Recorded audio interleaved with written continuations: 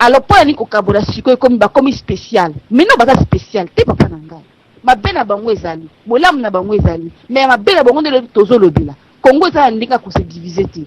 Pe o ko le bango que ceux qui kimbangi sa comme président na ndingo yozo lobila ngo papa nanga sambana mawa trop na ba congolais. Mawa trop na ba congolais. Po eko sala, parce quoi ba tumo à part. Oui, kimbangi c'est la prison azate. O ndingo zo lobana. C'est parce que bon, quelque part, on est comme nous féliciter bango si vraiment c'est vrai que Kimbangi c'est la prison à Congo azalité.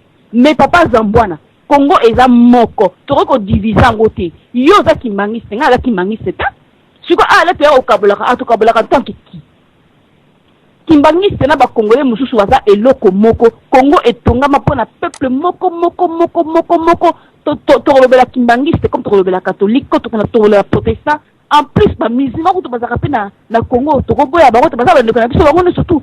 Congo tongamba na batu nyonso wana lelo to ko kabola ngata mokete poso to bali ko kabola ngo ezali mawa papa to okende wapi oui batu ni ko ba prison te mais papa Zambouana mais tout Kimbangi c'est na Congo azali na ndeko za religion mususu tout Kimbangi c'est na kata Congo ko ça que ba famille Kimbangi c'est nyonso toute une famille complète ba on soit Kimbangi c'est makolo so mbena kata Kimbangi c'est na kati wa membre de famille wana batu musu ba religion musu ba c'est faux pas Zambouana donc to kabola Congo ti soki Kimbangi ça le dit que nga kuta na la prison te makaba droit de l'homme wana et dans des so ça la rami beko non papa Zambouana c'est faux na oyebi so boy ba bundela droit de l'homme ba bundela ngo na kati Kimbangi te ba bundela na kati Congo mobimba pourquoi parce que ba mama o baza violé na kati na est ya Congo bazali ba Congolais comme ba Kimbangista part entière papa nanga ba ko ko boka biloko wana te ba ko boka ngoti ba Congolais bazo souffrir na ba prison na kata Congo bazali ba ndeko ba Kimbangista e makila bazali papa Zambouana donc pardon soko zo lo beningo langage na saisir ngo ezo pesanga ma papa nanga ezo pesanga ma trop na yebi te tout okenda puis débat le penza et lo mama longue limité pour yo modo décourager biso obengi biso awa après comme ko lo ba ote moya o convaincre bango ezate mais papa nanga to ko convaincre bango te na ndenge nini c'est que bango passe ba Congolais bazo mona ngote na zong sima lo papa nanga merci.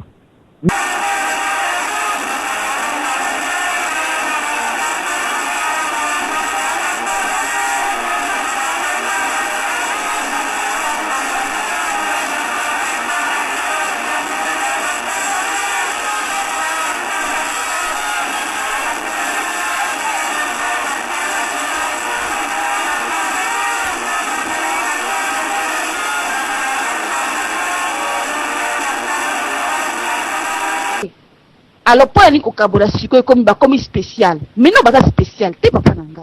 Ma belle na bango ezali. Bolam na bango ezali. Mais ma belle bango de tozo lobila. Congo ça ndinga ko se diviser ti. Pe o ko le bango que ceux qui Kimbangi sa comme président na ndingo yozo lobila ngo papa nanga sambana mawa trop na ba Congolais. Mawa trop na ba Congolais. Po eko sala, parce quoi batu moko à part. Oui, Kimbangi c'est la prison azate. O ndingo zo lobana. C'est parce que bon, quelque part, on est comme nous féliciter bango si vraiment c'est vrai que Kimbangi c'est la prison à Congo azalité. Mais papa Zambouana, Congo est un moko. Tu vois qu'on divise en côté. Yo za Kimbangi c'est nga la Kimbangi c'est ça. Si quoi ah là tu es au Kabolaka, à tout Kabolaka tant que qui. Kimbangi c'est na ba Congolais mususu waza eloko moko. Congo est tonga mapona peuple moko. To rebela Kimbangi c'est comme to rebela catholique, to rebela protestant. En plus ma musulman ko to bazaka pe na Congo to boya ba ko to bazaba ndeko na biso bango surtout. Congo tongamba na batu nyonso wana lelo to ko kabola ngata mokete poso to bali ko kabola ngo ezali mawa papa to okende wapi oui batu ni ko ba prison te mais papa Zambouana mais tout Kimbangi c'est na Congo azali na ndeko za religion mususu tout Kimbangi c'est na kata Congo ko ça que ba famille Kimbangi c'est nyonso toute une famille complète ba on soit Kimbangi c'est makolo so mbena kata Kimbangi c'est na kati wa membre de famille wana batu musu ba religion musu ba c'est faux pas Zambouana donc to kabola Congo ti soki Kimbangi ça le dit que nga kuta na la prison te makaba droit de l'homme wana et dans des so ça la rami beko non papa Zambouana c'est faux na oyebi so boy ba bundela droit de l'homme ba bundela ngo na kati Kimbangi te ba bundela na kati Congo mobimba pourquoi parce que ba mama o baza violé na kati na est ya Congo bazali ba congolais comme ba kimbangista par entière ya papa nanga bakoki ko bwaka biloko wana te bakoki ko bwaka ngoti ba congolais bazo souffrir na ba prison na kati ya Congo bazali bandeko ba kimbangista ya makila bazali papa zambwana donc pardon soko zo lo bandingo langage na saisir ango eza pesanga ma papa nanga eza pesanga ma trop na yebi te to okenda puis débat le penza et lo mama longue limité pour yo modo décourager biso obengi biso awa après okomi ko lo ba ote moya o convaincre bango ezate mais papa nanga to ko convaincre bango te na ndenge nini c'est que bango face ya ba congolais bazo mona ngote na zong sima lo papa nanga merci.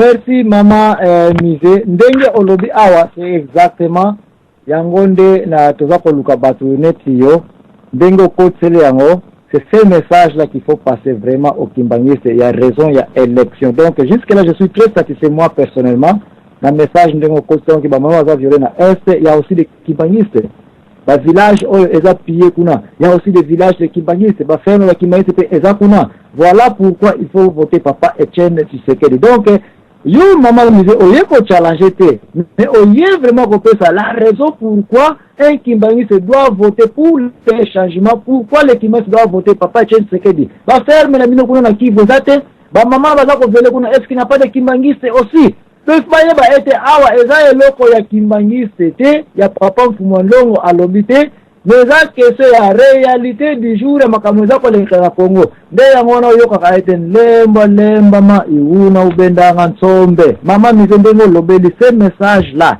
soko iko réussir côté yango na un Kimbangiste ndenge opesi nga yango awa parce que je ne suis pas là pour dire tout ce qu'on te dit mais c'est ce que moi je cherche yango penga na salaki na bandeko oyo 7 na kandi bango déjà bandeko bele na koiko mona bino suite na koiko satisfait bino te mais papa d'être au côté sous batute ngana na koloba sous na commentaire mutu moko te na juste photo kanga awa to te kana 3 minutes 18h ekoki awa di États-Unis qui est 0h ya poto kuna donc na kopesa bandeko nyonso o batikai na ligne mais puisque demi seconde ya kotsama loba na bango papa Mukulumpa tomande pa na yo et puis Mandamawa et puis Carlo et puis Papi Bisikita et puis ndeko Odon ndeko Pape Roger Pakazamambo et puis maman Kinkela Antoinette papa Mukulumpa tomande pa na yo kuna.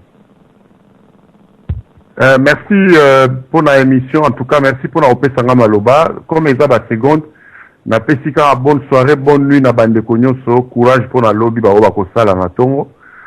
Que Dieu bénisse le Congo. Merci mille. Merci. Ma papa Mandamawa ya yo seconde.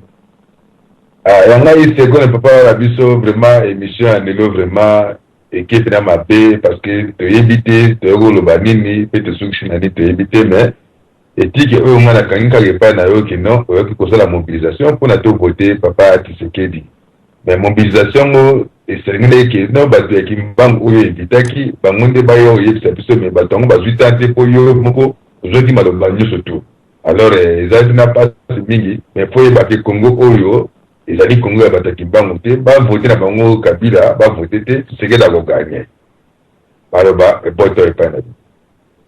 Merci. Non, il faut qu'on va voter papa Etienne Tshisekedi et puis il y a qu'on peut avoir raison. Deko Carlo na pese maloba kuna. Deko Carlo oza maloba adefeto kepa oui.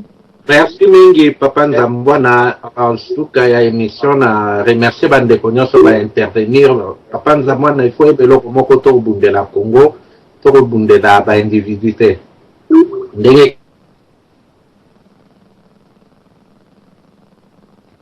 Ndeko Carlo na banza to bungisi to kepa mama bene shakuna yo 1 minute na yo.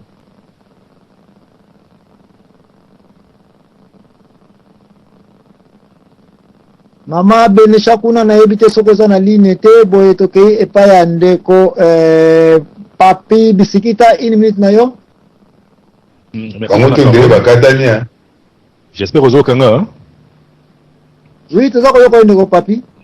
ngana ngala baka boy que na ko senga na ba kimbangiste nyoso conscience na bango esala parce que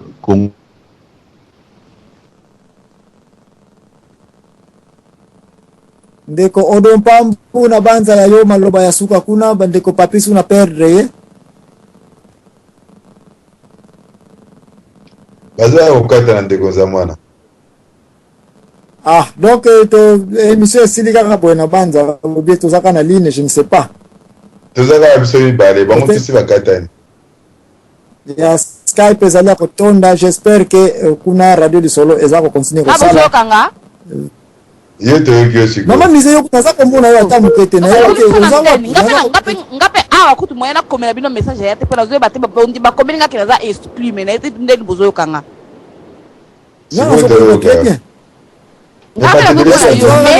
ngai awa bakomeli ngake radio lisolo a exclu mama mise donc nazoyeba te nazokokoma message te tozongi yango na nalobaki mbala moko moya nasenga na maloba te moya nakomela te yango naloba eka mbala moko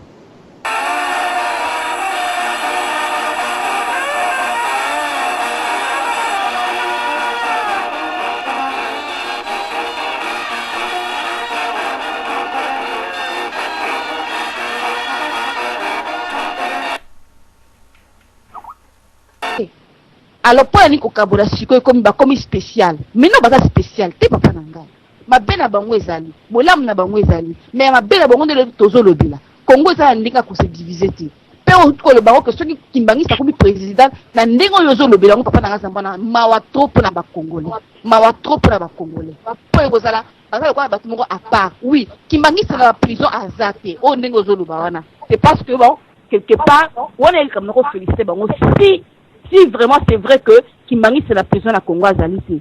Mais papa Zambouana, Congo est un moko. Tu vois divisé en côté. Yo za Kimbangi c'est nga la Kimbangi c'est ça. Si quoi ah là tu es au Kabolaka, à tout Kabolaka tant que qui. Kimbangi c'est na ba Congolais mususu waza eloko moko. Congo est tongama pona peuple moko. To la Kimbangi c'est comme to la catholique, to la protestant.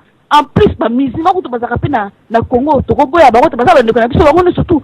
Congo tongamba na batu nyonso wana lelo toko kokabola ngo ata mokete poso to bali kokabola ngo ezali mawa papa za fata okende wapi oui batu ngi soda na prison te mais papa Zambouana mais tout kimbangise na Congo azali na ndeko za religion mususu tout kimbangise na kata Congo ko ebisa ke ba famille kimbangise nyonso toute une famille complète baron so za kimbangise makolo so mbaina kata kimbangise na kati ya membre ya famille wana batu musu bala religion musu bala c'est faux papa Zambouana donc to kabola Congo ti soki kimangisa lobi ke nga kutazana na prison te makaba droit de l'homme wana ida on te prison ça la rami beko non papa Zambouana c'est faux na oyebi sobo bato ba bundela droit de l'homme ba bundela ngo na kati ya kimbangiste ba bundela na kati ya Congo mobimba pourquoi parce que ba mama o baza violé na kati ya na est ya Congo bazali ba Congolais comme ba kimbangista part entière papa nanga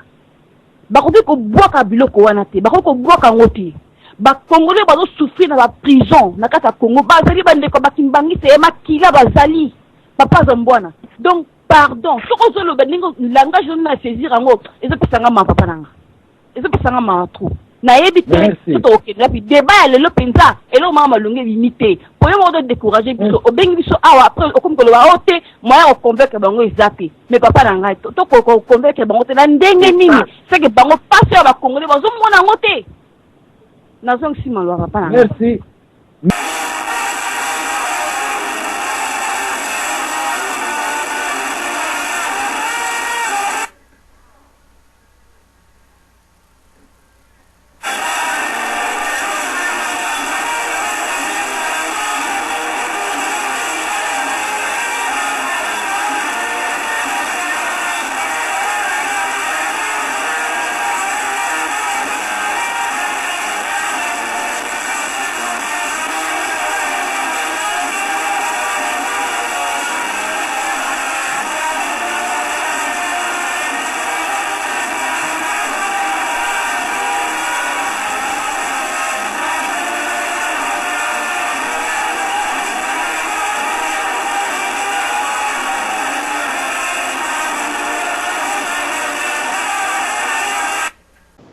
Oui, toza live. Est-ce que toza live?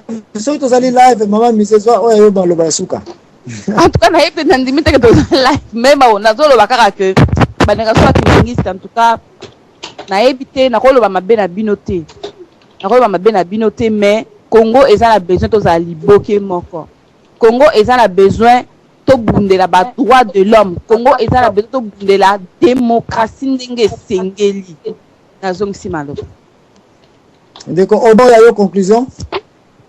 Ok, merci l'impresario. Moi je pense que développement na yo mtu pandi makita nyoso yango parce que qui ko présenter biso de église kimbangiste pe la biso de ba trop fort pour sans bango donc Tshisekedi da kolekate. Tant baninga ba intervenir okomi ko ya ko changer ve na osenga no bandaka débat ate ya kilo kokisa ka na suka. C'est pas som taper cette intervention bandi ko ko sala ki malinité moko oloba kina loba ki yango na sala ki bwana ba foje. Vraiment na CP ne Michel Elote ata mukete. Ozopesa wa mayele place bomba ko fungula mayele te. Merci beaucoup. Merci. Conclusion moka na retirer na émission pour lelo intention nango ezali été libanga ezali pona na ko convertir ba ko kibakiste on voter candidat nyonso oyo biso tozali ko appuyer mais eza impossible te bande ko kimbakiste ezali bato ko la ngai na bino balingi pe changement na ko ekota baza pe na ba vie privée na bango message ali ya moko tozali na occupation et occupation ya mabele mfumuki mbangu ekoki kosalema na modele oyo ezali kolekela te il faut tozala libéré et faut tozala libéré mwana mboka asimba le leadership ya pays na biso donc tika nde kwa kimbangise nyonso place nyonso zali longola makanisi ya parce que c'est l'église qui a dit kende sur base ya réalité ya pays tozala na besoin papa Etienne Tshisekedi aya kokema mokonzi ya mboka mboka bata mfumuki mbangu ezonga na bisika na yango ezalelaka na ndenge mfumuki mbangu alingelaki yango papa Simeki mbangu akangama kipona ba Rwanda teme pour les Congolais et pour libérer le Congo. Nzambe apambola bino na pokwa ya lelo tika ete biso nyonso tokende kobenga bakimbangise pe to convertir bango. Alléluia.